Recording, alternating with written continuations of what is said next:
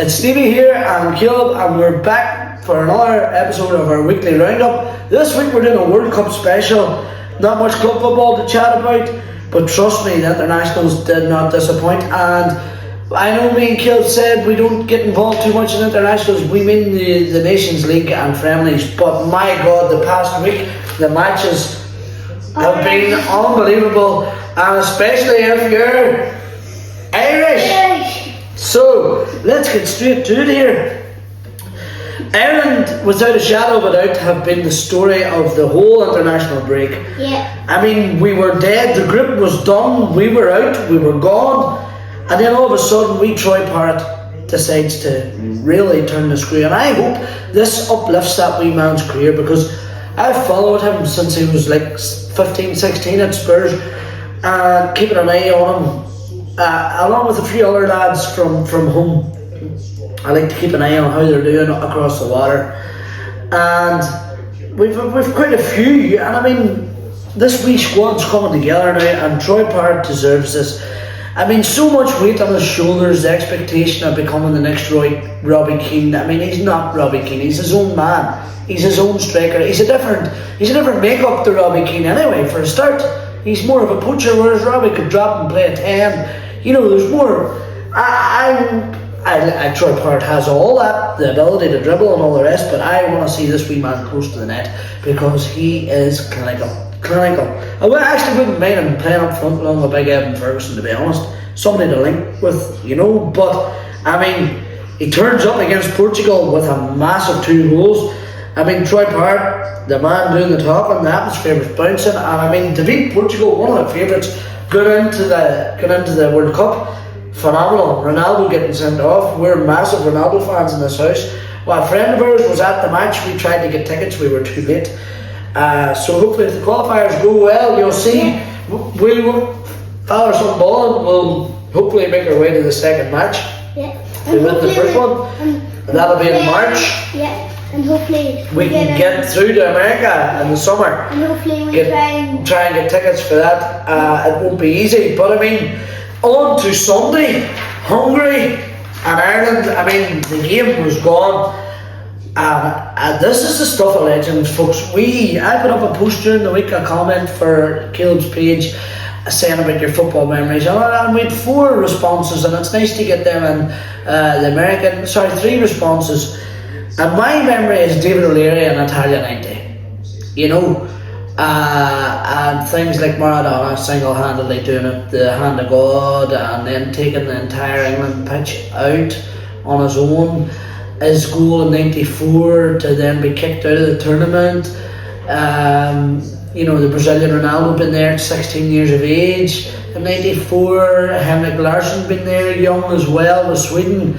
So many World Cup memories. Like, I mean, I hope I haven't missed any. Michael Owen's goal for the English.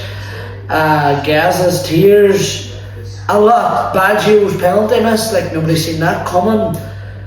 A lot of 2006, I was in Canada for that World Cup final. You've got the headbutt, Materazzi headbutt on Zidane. Zidane's headbutt on Materazzi. So, I mean, this here was right up there with some of the best Irish memories in all sport.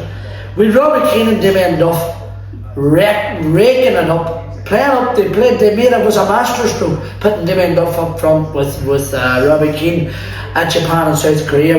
That was exciting. The Trapattoni one, it wasn't exciting. It wasn't. Then you had '94, it was exciting. You had Italia 90, exciting. You know, all that was exciting. The Trapattoni one was not exciting. But I mean, Troy Parrott, 5 goals, 2 games, a hat-trick against Hungary. It's superhero stuff, it's folklore. And to be honest, guys, right now, Troy Parrott is Ireland's hero, Captain America, because he is single-handedly carrying us all the way to America, and I hope we can get out of the qualifiers. So that leads us into Northern Ireland, beating Luxembourg, and Northern Ireland has had a decent campaign into the qualifiers as well. Spain 7, North Macedonia 1. They didn't just qualify here, they've arrived. Flawless, ruthless, and I mean, into the qualifiers. And then Scotland and Scott McTominay, I mean, the goal, and then Kieran Tierney if anybody deserves a moment like that, it is Kieran Tierney. A career ravaged by injuries, but the potential, taking injuries out of it, without a shadow of a doubt, would have been probably the best left wing back in the world, the best left back in the world, without a shadow. I say that without a shadow of a doubt. I don't see he'd have been an upgrade on Anthony Robertson. That's a fact. That's a fact. Probably overpaid at a young age for Celtic, and a tough league up there in the north. In Scotland, I mean, physical, getting battered, probably don't play as much football as they do down south. So I mean, he possibly should have went to an English team a lot younger. But anyway, it is what it is. The overhead kick from Scott McTominay, Caleb. I mean, Ronaldo, Wayne Rooney, Garnacho, McTominay, right up there. Yeah. 100%. And another home nation into the qualifiers, boys. So, looking ahead now to match week 12. Thank God the Premier League's back, Caleb. Oh my God. So, we're going to just touch on some of the games that I'm going to keep an eye on over the weekend here. So I'm going to keep an eye on Liverpool versus Forest, City, Newcastle, them games both on Saturday and then Sunday. I'm going to keep an eye on Arsenal and Spurs because that game could have a big bearing on how we go. If we can we are then on Monday night. Yeah. Monday night football. These two teams. Who? Everton. Manchester United. Manchester United. Old Trafford, Monday night. Yes, Manchester United versus Everton. Who supports Everton? My granddad. His granddad winds him up all the time. There's always banter. So there's a lot of bragging rights at stake here in this fixture.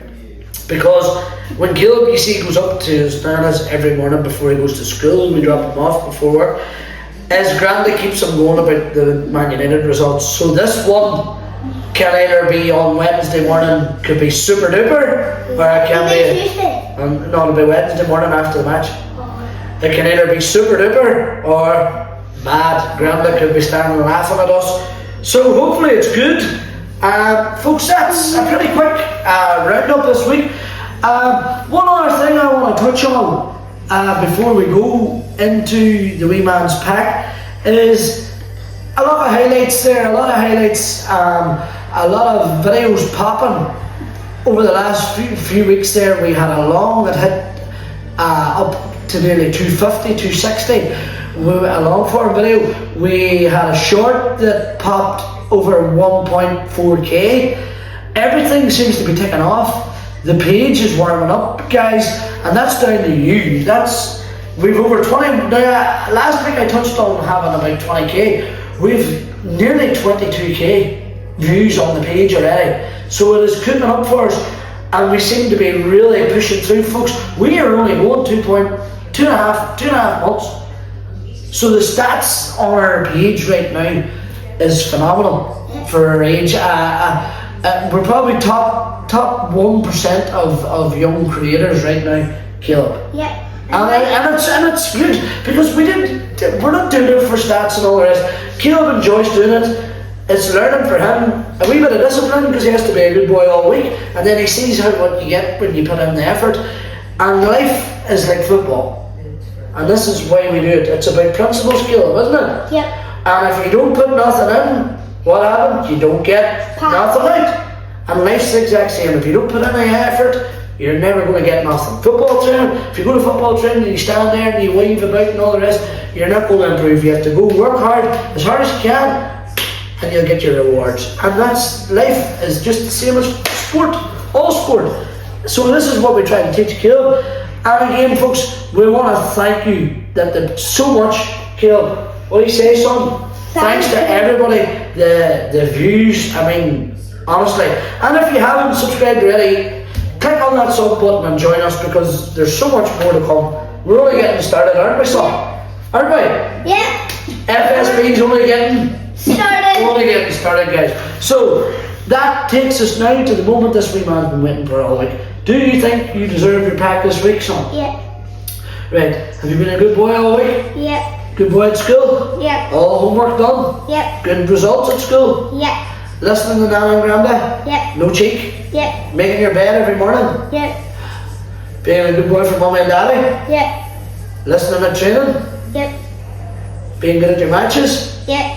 actually flying, folks. He's over 10 goals and a good few assists this season. He's flying, and he got another 2 in Solitude there on Saturday, so he's flying.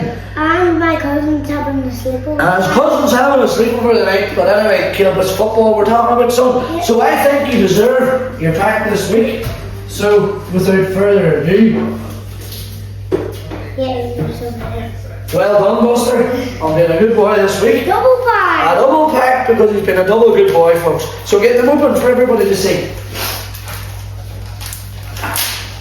Do you hand them up to Daddy? Face wise. Turn them around so you can look at them. Hand them up to me one at a time. Yes. I know sometimes you will get ones you already had. Marcus Edwards from Burnley. Come on. Ethan Ampadu. Ritter from This next one. OMG. We have Dan Byrne from Newcastle. This is a Pro Precision. Dumb. Oh my god, guys, a Pro Precision Beto, and this pack's cooking. Let me see that next one. And it's cooking it. Stalian Petrov, Celtic, Maestro in the middle of the park. One of the members of the team was Sutton and Larson. Villa, great player, fantastic.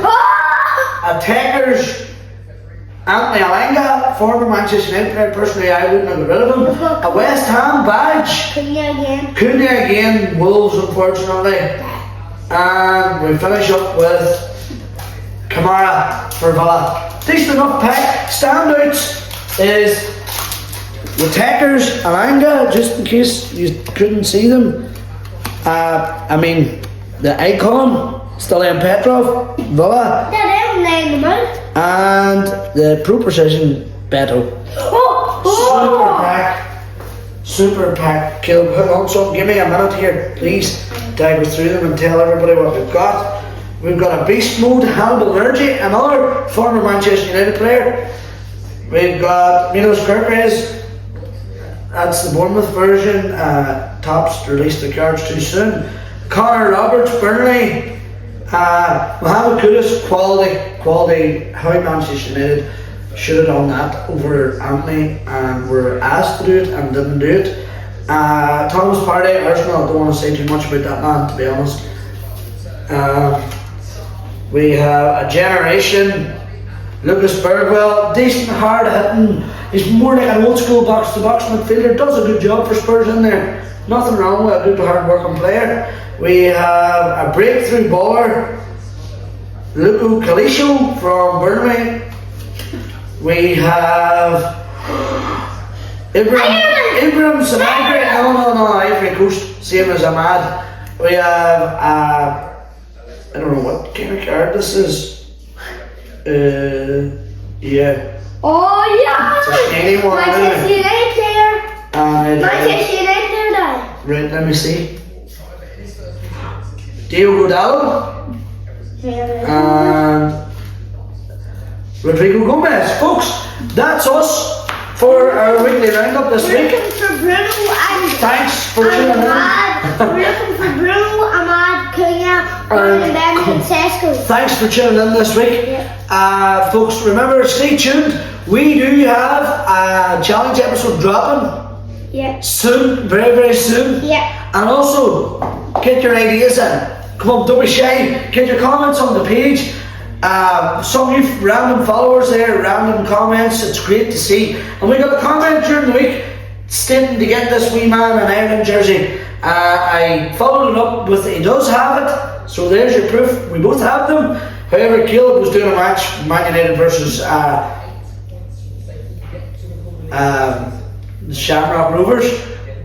Whilst the Ireland match was being played out, he plays his own wee matches in your head, don't you, son? Yeah. So folks, that's us this week. Thanks for tuning in. And remember, as always, stay safe and keep on ball.